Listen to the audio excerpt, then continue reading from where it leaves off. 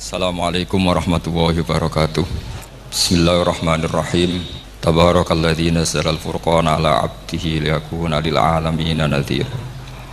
Allahumma shalli wa sallim ala sayyidina Muhammad wa ala alihi wa sahbihi wa barik wa sallim asma'in. Amma ba'du. Berbicara tentang ilmu tafsir, ada beberapa ulama yang menghindari kata tafsir karena makna tafsir itu memaknai atau menduga apa yang dikehendaki Allah. Tentu itu sulit. Satu, bahwa faktanya kita sudah tidak bisa komunikasi dengan Allah karena tidak ada wahyu lagi. Sehingga dari kehati-hatian ini pernah suatu saat Abu Bakar ditanya, ma makna abban fi qaulihi ta'ala wa faqihata wa abba. Beliau menjawab, saya tidak lagi pantas hidup di atas bumi, di bawah naungan langit, jika saya mengatakan naqulu fil Quran, jika saya harus berpendapat tentang Quran apa yang tidak saya ketahui. Itu kehati-hatian yang dilakukan Sayyidina Abi Bakrin As-Siddiq. Tapi teori ini berbanding paradok, berbanding ekstrim, ketika bahwa Quran itu diturunkan itu sebagai hudan, sebagai petunjuk, kedua sebagai bayanan, sebagai penjelas. Dan ini yang saya yakini, kalau sebagai penjelas, Quran itu harus jelas sekali dan bisa menjelaskan. Dan Quran mensifati dirinya wal kitabil mubin, demi kitab yang memberi penjelasan. Sehingga dari sudut ini orang kafir pun mungkin memahami Quran. Dan menurut saya orang kafir pun bisa paham Quran. Logikanya gampang begini, kata Imam Syafi'i dalam kitab Ar-Risalah. Ketika Quran turun, itu pendengarnya itu tidak ada yang muslim. Pendengarnya itu non muslim. Nah ini sampai angan-angan, ketika Quran turun itu pendengarnya muslim atau non muslim? Non muslim. Andai kan Quran itu turun tidak difahami orang kafir, maka lalu objeknya siapa, sasarannya siapa? Nah sebab itu akan aneh kalau kita yang mondok, misalnya ngaji Edkon, ngaji Alfiyah, ngaji Ulumul Quran, apa saja, kemudian anda tidak paham Quran, padahal orang kafir saja bisa paham.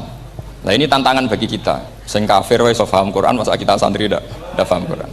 Makanya begini, di antara awal-awal periode Makkiyah ada surat disebut Qul ya ayyuhal kafirun. Katakan Muhammad ya ayyuhal kafirun. Karena mukhotabnya atau lawan dialeknya Nabi adalah orang-orang apa? Kafir. Mereka paham ketika dijelaskan Quran, paham. Dan sebagian mereka menjadi mukmin karena paham. Itu termasuk isi makalah yang saya utarakan di sini. Mereka tanya, ya Muhammad, siflana robbak, amin dahabin, amin nuhasin, amin hajarin. Karena orang kafir jahiliyah itu punya tren, yang namanya Tuhan itu fisik. Mereka punya Lata, punya Uzza, punya Hubal. Sehingga kalau Tuhan-Tuhan kita ini dari batu, Muhammad, katanya anda punya Tuhan yang berbeda, lalu Tuhan anda ini dari emas atau dari perak. Turunlah ayat Qul huwallahu ahad Allahus samad. Lagi-lagi mukhatabnya adalah orang kafir. Makanya ini juga akhirnya jadi ilmu madhab, ilmu tentang firqah-firqah dalam Islam, bahwa kesalahan terbesar orang Khawarij sebagaimana yang dikutip Imam Bukhari, kata Ibnu Umar yang dikutip Imam Bukhari, innahum intolaku ila ayatin nazalat fil kufar faja'aluha alal mu'minin. Orang-orang Khawarij atau kalau sekarang orang-orang radikalisme itu meneliti Quran, kemudian ketika ada kriteria manusia-manusia tertentu itu dianggap itu kenanya orang Islam, korbannya orang Islam, padahal awal mula ayat ini turun untuk orang kafir atau kritikan pada orang kafir.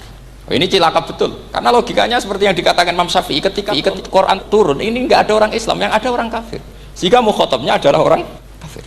Tapi ayat-ayat ini nanti dipakai Khawarij untuk mengcounter orang Islam, sehingga mereka mudah mengkafirkan kita karena pakai ayat yang dari awal Allah mengkafirkan orang kafir, sekarang ayat itu dipakai mengkafirkan orang Islam. Ini saking gebleknya orang apa?